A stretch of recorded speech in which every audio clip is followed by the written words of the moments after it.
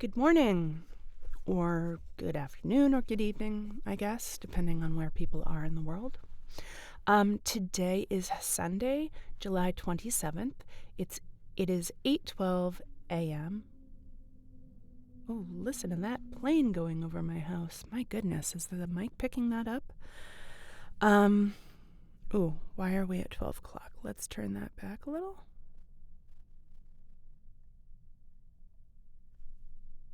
Just slightly left of 12 o'clock on my gain on my mic. Anyway, today is day 7 of this 30-day project. I am trying my best to record a daily practice session every day. I'm trying to get in a daily practice session every day and record it using OBS is what I'm using to record it, and then post it up on YouTube. And today is day 7. All 7 days have not been in a row because, what's the saying? No plan survives first contact, I think is the saying. And sometimes life happens. But I got up early today and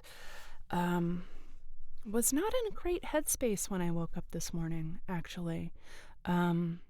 I had troubling dreams, and I couldn't remember anything at all about what they were. Nothing, no details. But I could remember that they were troubling, and I could feel the mental impact of them on me. So I was not in like a wonderful headspace. I was kind of groggy. Don't think I had a very restful night's sleep. But I got up, got downstairs, had a cup of coffee. I am naturally a coffee drinker, but I have learned that caffeine dehydrates your vocal folds. Oh my gosh, sorry. And so you should limit caffeine. So back in the winter, I started switching over to tea, a decaf mint tea. And it was really tasty and I liked it. And then somewhere along the line in late spring, summer, the tea drinking fell off, probably because of the heat. And the coffee drinking kicked back in. So, c'est la vie. I like coffee.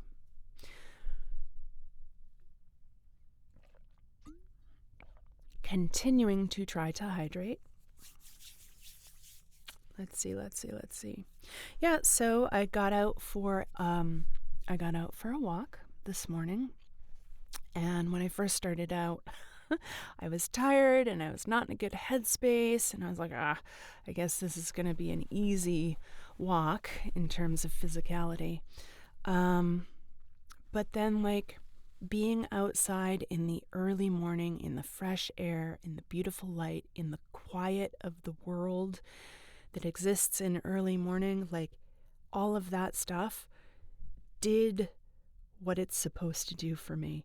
And I hadn't gotten very far into my walk before I physically started feeling better and I mentally started feeling better. And by the time I got back to my house, I was in a great mood and I was feeling really optimistic about the day and about life and everything. So, yay. So gonna record this, gonna put it up on YouTube like I've been doing. I've been having fun with YouTube. Like, the primary point of this project is to use YouTube, I guess, as like a form of documentation of these sessions so that I can go back and listen to them later and sort of assess my personal progress. What else? And also a little bit of external accountability. I think that I would like to think that I'm the type of person that can successfully motivate myself intrinsically, that would be ideal. Self-motivation. But to be perfectly honest, I think that my personality, I find myself more motivated by external accountability and extrinsic motivators.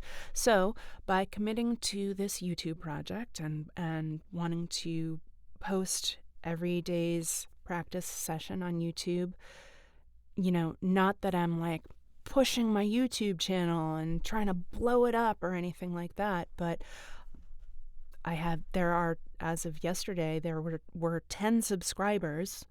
So 10 people had somehow found this channel, which means there are 10 people out in the world who know about it. And that's external motivation and external accountability. And one person even left a comment. And if that was you, thank you. Yeah. Okay. So sorry. My mind, a million thoughts a mile a minute. So that's the primary point of this. But there are like some satellite benefits too. Like one of them is I'm kind of having fun with YouTube, and I'm sort of learning about YouTube and how it works, and like I'm teaching myself about thumbnail images. And if you hadn't noticed, I started like creating slightly improved, more high quality thumbnails for these videos, just for funsies, just for the learning process. Let's see what else. Yesterday I created like a little intro video instead of just like the ugly green title screen that I had been throwing in front of these sessions. I was like, let's see if I can create something that is a little less ugly, I guess. Although I like green. Green is my favorite color. But yeah, so I tried that. So, if you're watching these, let me know if you like that. Let me know if you don't like that. Let me know if you could suggest something different. Because, again, like I said, I lead my life with beginner mind and child mind, and I really enjoy learning new things and trying new things. I hope I will be like that my entire life. So some tangential satellite benefits to the project is that I'm learning more about video production and YouTube and all of that good stuff. Let's see what else is going on. I listened back to yesterday's reading of The Secret Garden. We read chapter 3. And I think there are some improvements. To my performance. Slowly but surely, I think I'm relaxing into the art of storytelling. I think the reading pacing is improving. The lyrical nature of the reading is improving. My God, though, I'm so sorry with how interrupted these cold readings are. The sentence structure and the diction of these old stories just trips me up. Oh my goodness gracious. But we're going to read chapter 4 today, which is a longer chapter. Chapter 3 was pretty short. Anything else? What did I do yesterday? I did browse through Casting Call Club auditions. I did record one, but I didn't like the recording, so I didn't submit it. So I didn't actually submit any Casting Call Club auditions yesterday. I browsed through ACX projects that strike me as interesting. And I'm starting to pick up on like red flag clues that things are AI generated trash.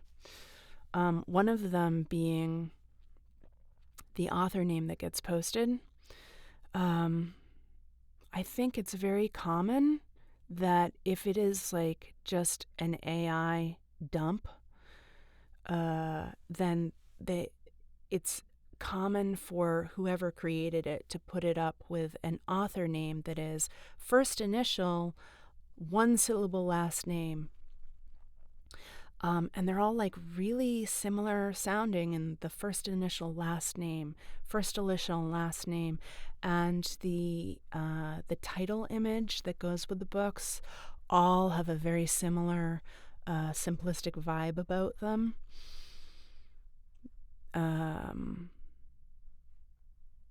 So I've found a few that I am pretty positive were written by actual humans.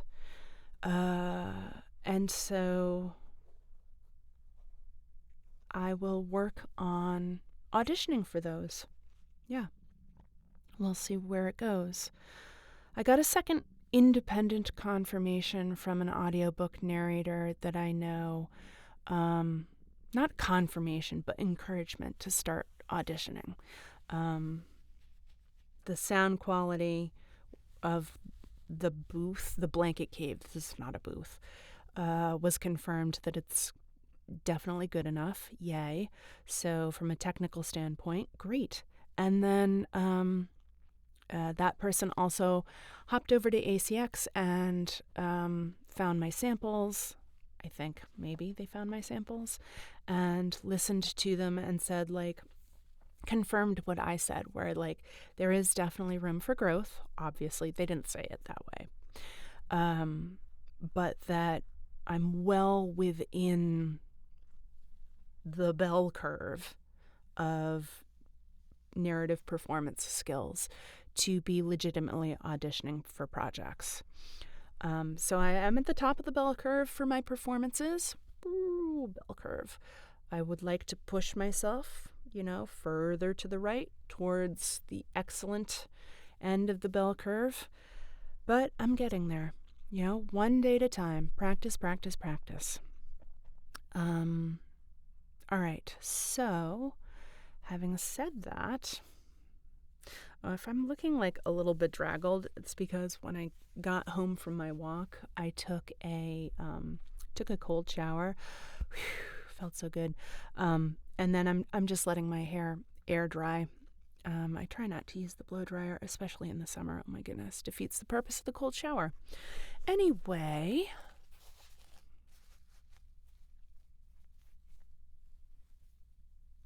I'm liking this haircut. It's pretty cute. All right. Anyway, let's get into the reading practice session for this. All right. So let's see. In chapter 3, Mary had just arrived at Misselthwaite Manor after traveling across the moor with Mrs. Bedlock, and she wasn't feeling wonderful about things. Hold on a second. This is a little tippy. There we go. Okay. So, hopefully the audio is good. Let's begin. Oh, and I wanted to move back a little bit off the table too, because I feel like I bump the table when I'm reading. And that brings me a little bit away from the mic, but where are my levels? Ready? I'm going to pull. No, I don't think I can. Where are my levels? They're a little on the low side. Let's bump up the gain to try and bring them up a bit. Okay. Yes. Where is the gain now? It's like 12:30, 1 o'clock on the gain dial. All right. Chapter 4. Martha. When she opened her eyes in the morning, it was because a young housemaid had come into her room to light the fire and was kneeling on the hearth rug raking out the cinders noisily. Mary lay and watched her for a few moments, and then began to look about the room. She had never seen a room at all like it, and thought it curious and gloomy. The walls were covered with tapestry with a forest scene embroidered on it. There were fantastically dressed people under the trees, and in the distance there was a glimpse of the turrets of a castle. There were hunters and horses and dogs and ladies. Mary felt as if she were in a forest with them. Out of a deep window she could see a great climbing stretch of land which seemed to have no trees on it, and to look rather like an endless, dull, purplish sea. "What is that?" she said, pointing out of the window. Martha, the young housemaid, who had just risen to her feet, looked and pointed also. "That there?" she said. "Yes, that's the moor," with a good-natured grin. Does thou like it?" "No," answered Mary, "I hate it." "That's because thou'rt not used to it," Martha said, going back to her hearth. "That's because thou'rt not used to it," Martha said, going back to her hearth. "Thou thinks it's too big and bare now, but thou will like it." "Do you?" inquired Mary. "Aye, that I do," answered Martha. "Aye, that I do," answered Martha, cheerfully polishing away at the grate. "I just love it. It's none bare. It's covered with growing things and smells sweet. It's fair lovely in spring and summer when the gorse and broom and heather's in flower. It smells of honey, and there's such a lot of fresh air, and the sky looks so high, and the bees and skylarks make such a nice noise humming and singing. I wouldn't live away from the moor for anything." Mary listened to her with a grave, puzzled expression. The native servants she had been used to in India were not in the least like this. They were obsequious and servile, and did not presume to talk to their masters as if... Obsequious and servile native servants. They were obsequious and servile, and did not presume to talk to their masters as if they were their equals. They made salams, and called them protector of the poor, and names of that sort. Indian servants were commanded to do things, not asked. It was not the custom to say please and thank you, and Mary had always slapped her ayah in the face when she was angry. Lovely.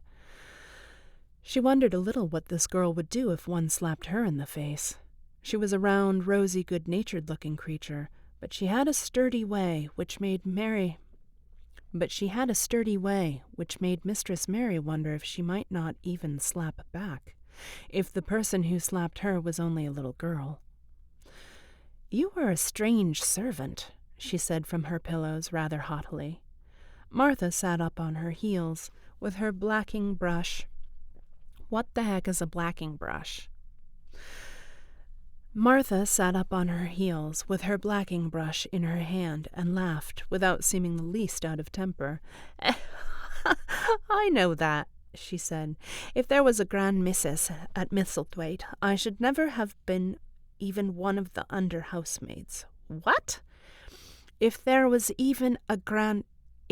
grand missus at Misselthwaite, I should never have been even one of the under housemaids. I might have been let to be scullery maid, but I'd never have been let upstairs. I'm too common, and I talk too much Yorkshire. But this is a funny house, for all it's so grand. Seems like there's neither master nor mistress, except Mr. Pitcher and Mrs. Medlock. Mr. Craven, he won't be troubled about anything when he's here, and he's nearly always away. Mrs. Medlock gave me the place out of kindness. She told me she could never have done it if Misselthwaite had been like other big houses." "Are you going to be my servant?" Mary asked, still in her imperious little Indian way. Martha began to rub her grate again. "I'm Mrs. Medlock's servant," she said stoutly, "and she's Mr. Craven's. But I'm to do the housemaid's work up here and wait on you a bit. But you won't need much waiting on." "Who's going to dress me?" demanded Mary. Martha sat up on her heels again and stared. She spoke in broad Yorkshire in her amazement. Canna thou dress thyself?" "Oh, Yorkshire accent's gonna have to work on this one. Plus, it's written so bizarrely on the page. Canna the dress thysen? Canna the dress thysen? Canna the dress thysen? Moving on. What do you mean? I don't understand your language, said Mary. I forgot, Martha said. Mrs. Medlock told me to have to be careful or you wouldn't know what I was saying. I mean, can't you put your own clothes on? No, answered Mary quite indignantly. My stomach just rumbled so loudly. I don't know if you heard that. I have not yet had breakfast. No, answered Mary quite indignantly. I never did in my life. My Aya dressed me, of course. Well, Martha said, evidently not in the least aware that she was impudent, it's time thou should learn. Thou cannot begin younger. It'll do thee good to wait on thysen a bit. What the heck is thysen? Sorry about that. It'll do thee good to wait on thysen a bit. My mother always said she couldn't see why grand people's children didn't turn out fair fools, what with nurses and being washed and dressed and took out to walk as if they was puppies. It's different in India, said Mistress Mary disdainfully. She could scarcely stand this. But Martha was not at all crushed. I can see it's different, she answered almost sympathetically. I dare say it's because there's such a lot of blacks there instead of respectable white people. When I heard you was coming from India, I thought you was a black too. Mary sat up in bed, furious. What? She said. What? I thought you was a native. You daughter of a pig. Martha stared and looked hot. Who are you calling names? She said. You needn't be so vexed. That's not the way for a young lady to talk. I've nothing against the blacks. When you read about 'em in tracts, they're always very religious. You always read as a black's a man and a brother. I've never seen a black, and I was fair pleased to think I was going to see one close. When I come in to light your fire this morning and crept up to your bed.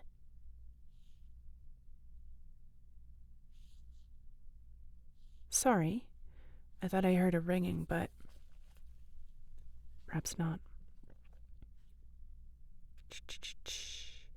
When I come in to light your fire this morning, I crept up to your bed and pulled the cover back for careful to look at you. When I come in to light your fire this morning, I crept up to your bed and pulled the cover back careful to look at you. And there you was, disappointedly, no more black than me. For all you're so yeller. Mary did not even try to control her rage and humiliation. You thought I was a native? You dared? You don't know anything about natives. They're not people, they're servants who must salaam to you. You know nothing about India. You know nothing about anything.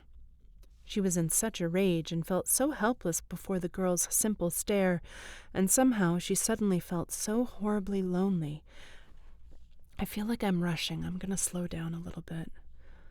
She was in such a rage and felt so helpless before the girl's simple stare, and somehow she suddenly felt so horribly lonely and far away from everything she understood and which understood her, that she threw herself face downward on the pillow and burst into passionate sobbing. She sobbed so unrestrainedly that good-natured Yorkshire Martha was a little frightened and quite sorry for her. She went to the bed and bent over her. "Ah, you mustn't cry like that there," she begged. "You mustn't, for sure. I didn't know you'd be vexed. I don't know anything about anything, just like you said. I beg your pardon, miss. Do stop crying." There was something comforting and really friendly in her queer Yorkshire speech and sturdy way, which had a good effect on Mary. She gradually ceased crying and became quiet. Martha looked relieved. "It's time for thee to get up now," she said. "Mrs. Medlock said I was to carry the breakfast and tea and dinner into the room next to this. It's been made into a nursery for thee. I'll help thee on with thy clothes if thou'll get out of bed. If the buttons are at the back, that cannot button them up thyself. This author has attempted to write the diction in, and it's awful to try and navigate it visually. When Mary at last decided to get up, the clothes Martha took from the wardrobe were not the ones she had worn when she arrived the night before with Mrs. Medlock. "Those aren't mine," she said. "Mine are black." She looked the thick white wool coat and dress over and added with cool approval, "Those are nicer than mine. These are the ones thou must put on. These are the ones thou must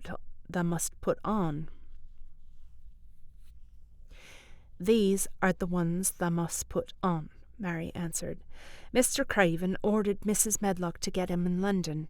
He said, 'I won't have a child dressed in black wandering about like a lost soul,' he said. 'It'd make the place sadder than it is. Put colour on her.' Mother said she knew what that meant. Mother always knows what a body means. She doesn't hold with black herself." "I hate black things," said Mary. The dressing process was one which taught them both something. Mary had buttoned up her little sisters and brothers. Martha had buttoned up her little sisters and brothers, but she had never seen a child who stood still and waited for another person to do things for her, as if she had neither hands nor feet of her own. Why doesn't thou put the own shoes on? I feel like I need to abandon this Yorkshire stuff. Why doesn't the put on the own shoes? She said when Mary quietly held out her foot. My hearing just cut off in my right ear, and now there's just a weird ringing in my right ear. And I think it's coming back now. That was so strange. Does that ever happen to anyone else? That, like, the hearing just cuts out in one of your ears and then slowly rings its way back in? It's always a little unnerving. Sorry.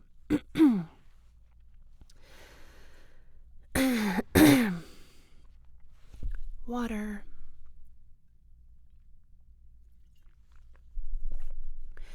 I gotta slow myself down.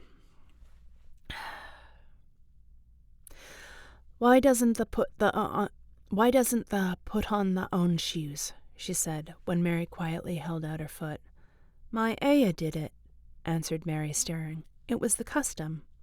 She said that very often. It was the custom. The native servants were always saying it. If one told them to do a thing their ancestors had not done for 1,000 years, they gazed at one mildly and said, "It is not the custom," and one knew that was the end of the matter. It had not been the custom that Mistress Mary should do anything but stand and allow herself to be dressed like a doll, but before she was ready for breakfast, she began to suspect that her life at Misselthwaite Manor would end by teaching her a number of things quite new to her, things such as putting on her own shoes and stockings, and picking up things she let fall. Ooh, listen to that rumbling.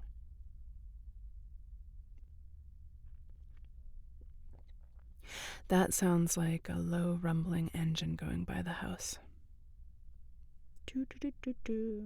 And picking up things she let fall. If Martha had been a well-trained, fine young lady's maid, she would have been more subservient and respectful, and would have known that it was her business to brush hair and button boots and pick things up and lay them away.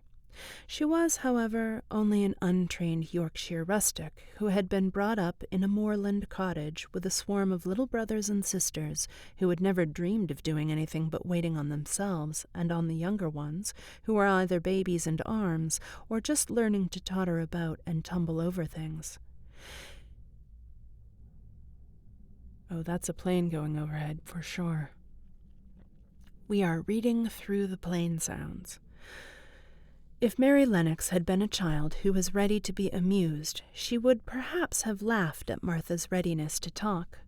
But Mary only listened to her coldly and wondered at her freedom of manner. I have a little phlegm in my throat this morning.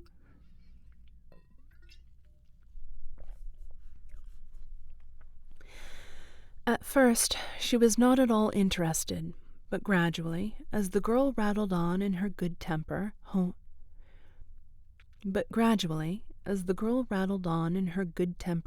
way, Mary began to notice what she was saying.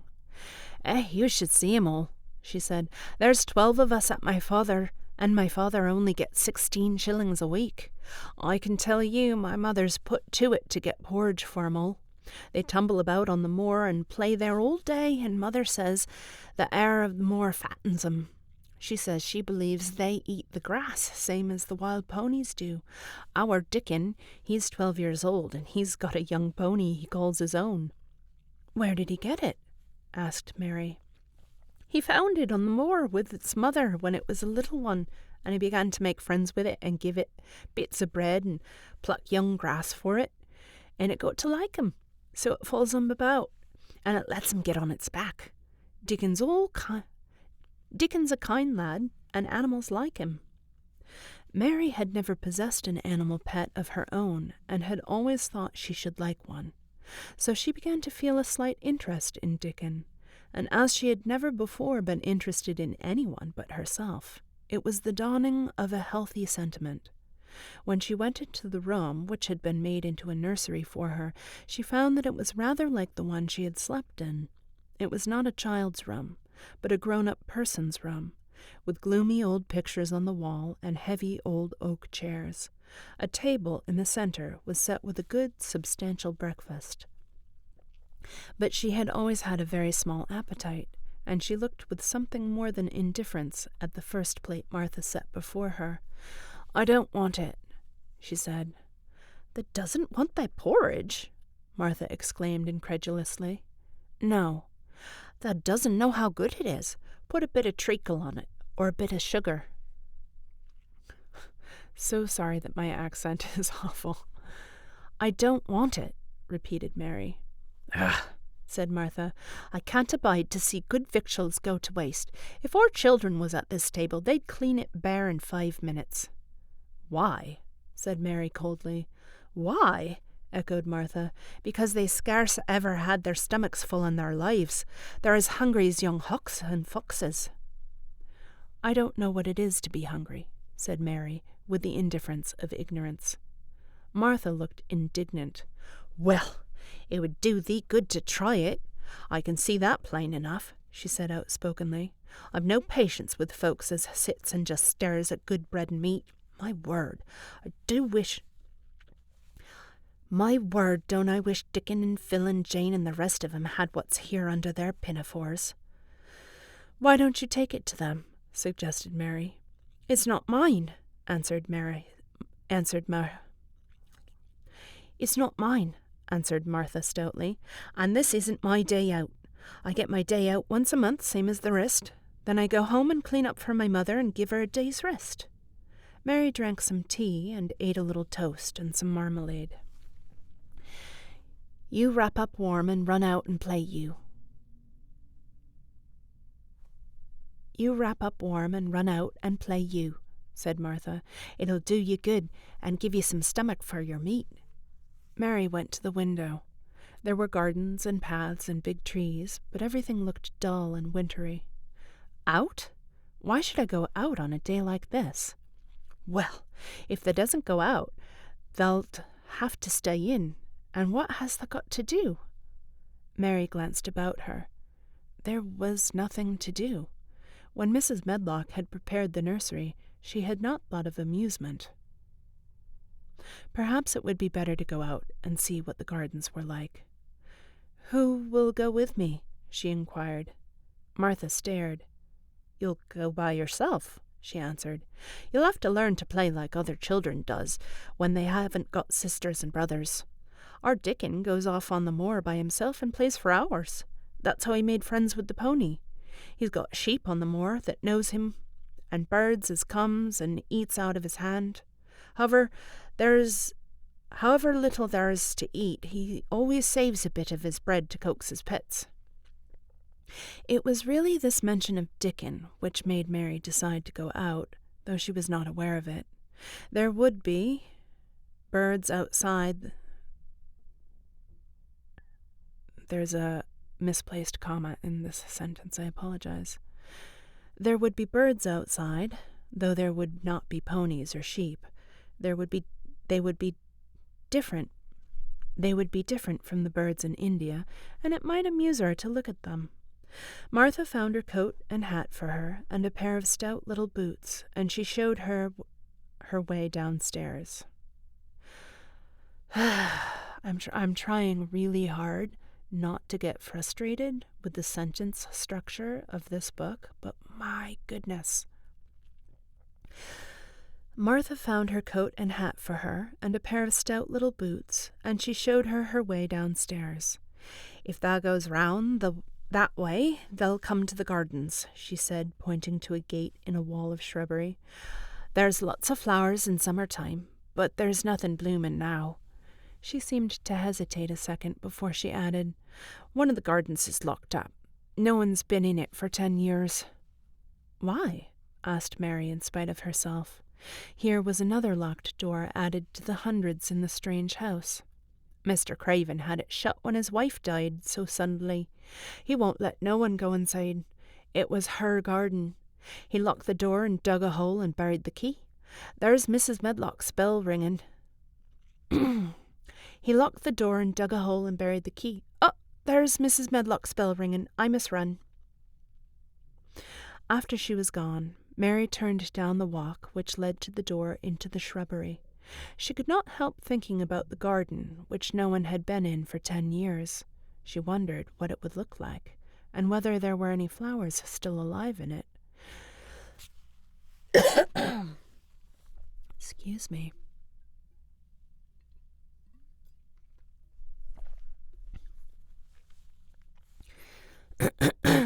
When she had passed through the shrubbery gate, she found herself in great gardens with wide lawns and winding walks with clipped borders. There were trees and flower beds and evergreens clipped into strange shapes, and a large pool with an old grey fountain in its midst. But the flower beds were bare and wintry, and the fountain was not playing. This was not the garden which was shut up. How could a garden be shut up? You could always walk into a garden. She was just thinking this when she saw that at the end of the path she was following, there seemed to be a long wall with ivy growing over it. She was not familiar enough with England to know that she was coming upon the kitchen gardens where the vegetables and fruit were growing. She went toward the wall and found that there was a green door in the ivy, and that it stood open. This was not the closed garden, evidently, and she could go into it. She went through the door and found that it was a garden with walls all around it, and that it was only one of several walled gardens which seemed to open into one another. She saw another open green door, revealing bushes and pathways between beds containing winter vegetables. She saw another open green door, revealing bushes and pathways between beds containing winter vegetables. Fruit trees were trained flat against the wall, and over some of the beds there were glass frames. The place was bare and ugly enough, Mary thought, as she stood and stared about her. It might be nicer in summer when things were green, but there was nothing pretty about it now. Presently, an old man with a spade over his shoulder walked through the door leading from the second garden. He looked startled when he saw Mary, and then touched his cap. He had a surly old face, and did not seem at all pleased to see her. But then she was displeased with his garden, and wore her quite contrary expression, and certainly did not seem at all pleased to see him. "What is this place?" she asked. "One of the kitchen gardens." What kind of a voice can I concoct for this crotchety old gardener? "What is this place?" said Mary, pointing through the other green door.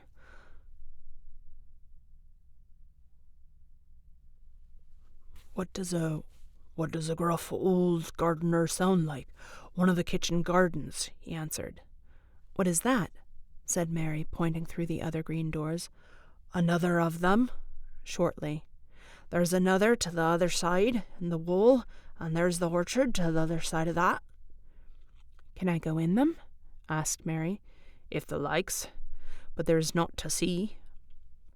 "But there's nought to see?" Mary made no response. She went down the path and through the second green door. There she found more walls and winter vegetables and glass frames, but in the second wall there was another green door, and it was not open. Perhaps it led to the garden which no one had seen for 10 years. As she was not at all a timid child, and always did what she wanted to do, Mary went to the green door and turned the handle. She hoped the door would not open, because she wanted to be sure she had found the mysterious garden. But it did open quite easily, and she walked through it and found herself in an orchard. There were walls all around it also, and trees trained against them, and there were bare fruit trees growing in the winter-browned grass, but there was no green door to be seen anywhere. Mary looked for it, and yet when she had entered the upper end of the garden,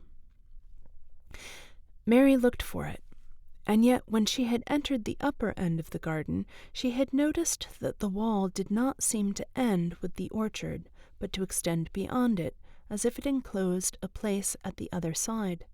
She could see the tops of trees above the wall, and when she stood still, she saw a bird with a bright red breast sitting on the topmost branch of one of them, and suddenly he burst into his winter song, almost as if he had caught sight of her and was calling to her. She stopped and listened to him, and somehow his cheerful, friendly little whistle gave her a pleased feeling. Oh my goodness, my phlegm.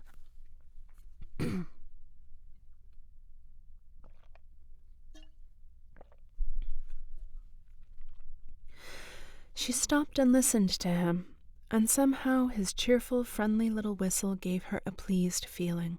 Even a disagreeable little girl may be lonely, and the big closed house and big bare moor and big bare gardens had made this one feel as if there was no one left in the world but herself. If she had been an affectionate child, who had been used to being loved, she would have broken her heart. But even though she was Mistress Mary quite contrary, she was desolate, and the bright-breasted little bird brought a look into her soul, little face with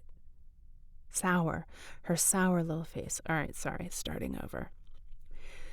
This is the hazard of a cold read, folks. I'm so sorry.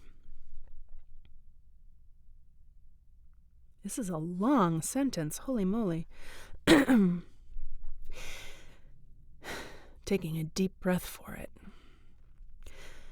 If she had been an affectionate child who had been used to being loved, she would have broken her heart.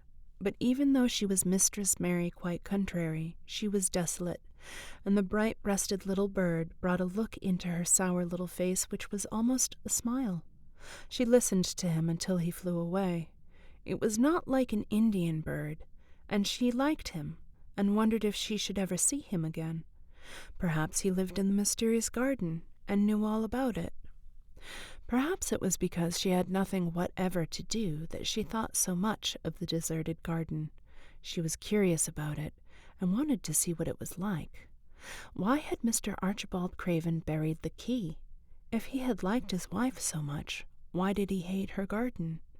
She wondered if she should ever see him, but she knew that if she did, she should not like him, and he would not like her, and that she should only stand and stare at him and say nothing, though she should be wanting dreadfully to ask him why he had done such a queer thing. "People never like me, and I never like people," she thought, "and I never can talk as the Crawford children could. They were always talking and laughing and making noises." She thought of the robin, and of the way he seemed to sing his song at her, and as she remembered the treetop he perched on, and as she remembered the treetop he perched on, she stopped rather suddenly on the path. "I believe that tree was in the secret garden. I feel sure it was," she said. "There was a wall round the place, and there was no door." She walked back into the first kitchen garden she had entered, and found the old man digging there. She went and stood beside him, and watched him a few moments in her cold little way. He took no notice of her, and so at last she spoke to him. "I've been into the other gardens," she said. "There was nothing to prevent thee," he answered crustily. "Gruff old gardener, there was nothing to prevent thee," he answered crustily. "I went into the orchard." "There was no dog at the door to bite thee," he answered. "There was no door there into the other garden," said Mary. "What garden?" he said in a rough voice, stopping his digging for a moment. "The one on the other side of the wall," answered Mistress Mary. "There are trees there. I saw the tops of them. A bird with a red breast was sitting on one of them, and he sang." To her surprise, the surly old weather-beaten face actually changed its expression. A slow smile spread over it, and the gardener looked quite different. It made her think it was curious how much nicer a person looked when he smiled. She had not thought of it before. He turned about to the orchard side of his garden and began to whistle, a low, soft whistle. She could not understand how such a surly man could make such a coaxing sound. Almost the next moment a wonderful thing happened. She heard a soft little rustling flight through the air, and it was the bird with the red breast flying to them, and he actually alighted on the big clod of earth quite near to the gardener's foot. "Here he is," chuckled the old man. And then he spoke to the bird as if he were speaking to a child. "Where has thou been, the cheeky little beggar?" he said. "I've not seen thee before today. Has thou begun the courting this early in the season? Thou'rt too forward." The bird put his tiny head on one side and looked up at him with his soft, bright eye, which was like a black dewdrop. He seemed quite familiar and not the least afraid. He hopped about and pecked the earth briskly, looking for seeds and insects.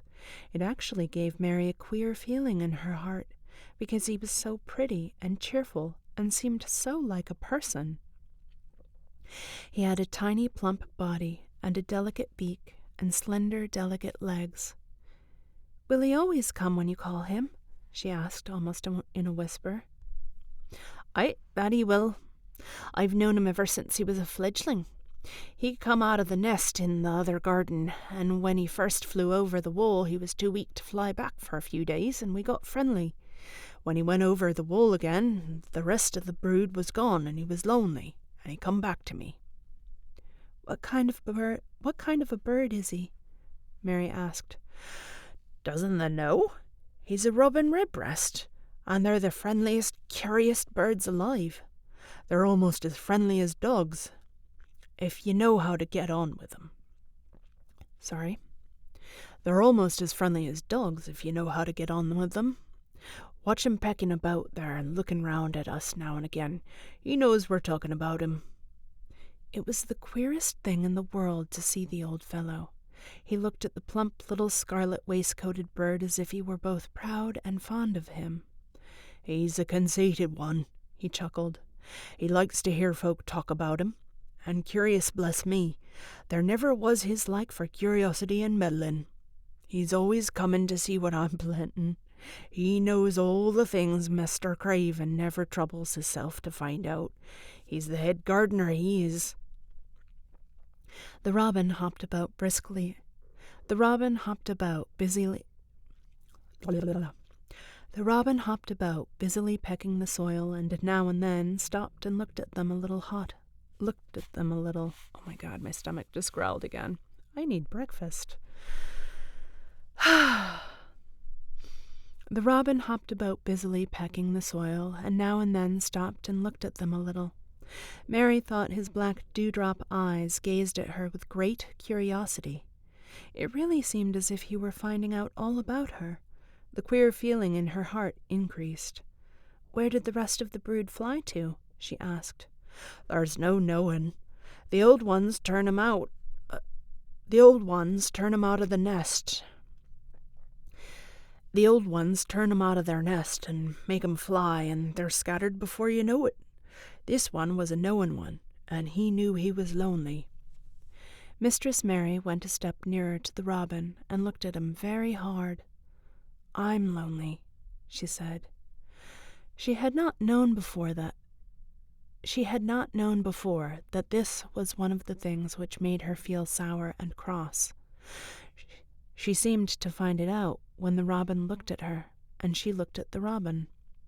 The old gardener pushed his cap back on his bald head and stared at her a minute. "Are the little wench from India?" he asked. Mary nodded. "Then no wonder thou'rt lonely.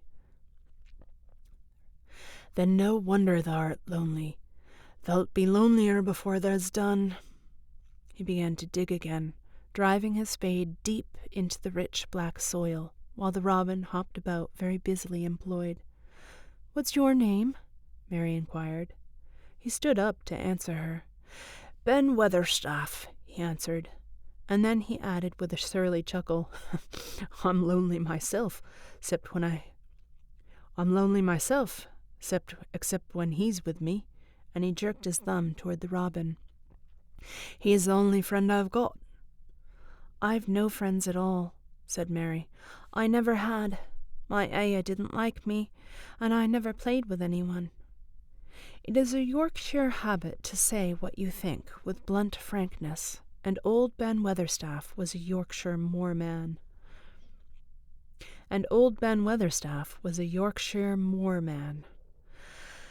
"Tha and me are a good bit alike," he said. "We was wove out of the same cloth. We're neither of us good looking, and we're both of us as sour as we look. We've got the same nasty tempers, both of us, I'll warrant." This was plain speaking, and Mary Lennox had never heard the truth about herself in her life. Native servants always salaamed and submitted to you whatever you did.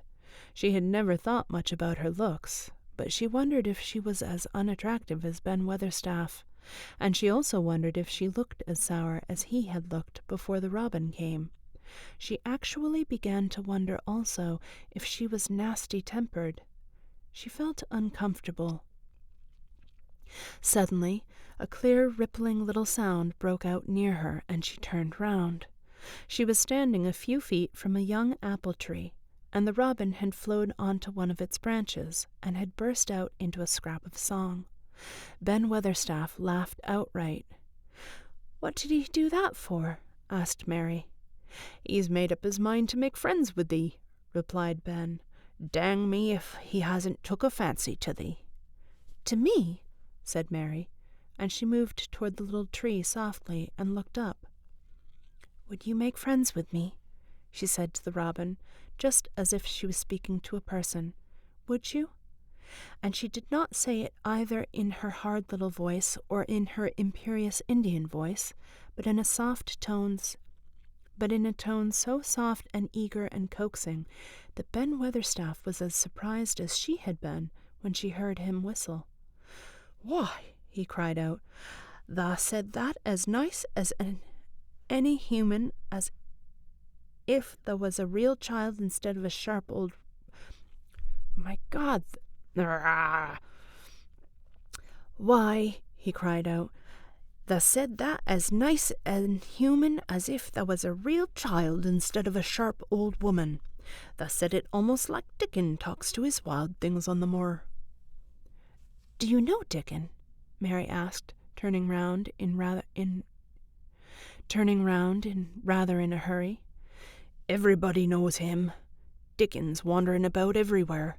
The very blackberries and heatherbells know him. I warrant the foxes show him where their cubs lie, and the skylarks doesn't hide their nests from him." Mary would have liked to ask some more questions. She was almost as curious about Dickon as she was about the deserted garden. But just at that moment, the robin who had ended his song gave a little shake of his wings, spread them, and flew away. He had made his visit, and had other things to do. He's flown over the wall, Mary cried out, watching him. He's flown into the orchard. He's flown across the other wall, into the garden where there is no door. He lives there, said old Ben. It came out of the egg there. If he's courtin', he's making up to some young madam of a robin that lives among the old rose trees there. Rose trees, said Mary. Are there rose trees? Ben Weatherstaff took up his spade again and began to dig. There was 10 years ago, he mumbled. There was 10 years ago, he mumbled. I should like to see them, said Mary. Where is the green door? There must be a door somewhere. Ben drove his spade deep and looked as uncompanionable as he had looked when she first saw him. There was 10 years ago, but there isn't now, he said. No door, cried Mary. There must be. None as anyone can find, and none as is anyone's business. Don't you be a meddlesome wench and poke your nose where it's no cause to go. Here, I must go on with my work. Get you gone and play you. I've no more time. And he actually stopped digging, threw his spade over his shoulder, and walked off, without even glancing at her or saying goodbye.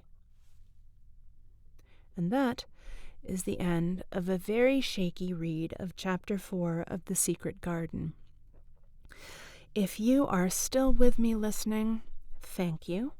I hope you're finding it interesting. I hope you're enjoying the story. I hope you're enjoying the reading of the story. Although I'm feeling a bit self-conscious today about it. I don't think I've done a spectacular job. I will listen back and analyze my performance. Of course, again, always share your thoughts, ask your questions in the comments. Happy to answer. Always enjoy chatting with people. That is it for day 7 of my 30-day voiceover summer project. I think I'm just going to start calling it my summer project, my 30-day summer project. Yeah. So I'm going to stop the recording and clean it up and listen back to it and do all the things. But I'm feeling good about stuff. Maybe not this cold read. But practice. I will get better. I just got to keep plugging along. So, have a wonderful day, all, and I'll see you next time.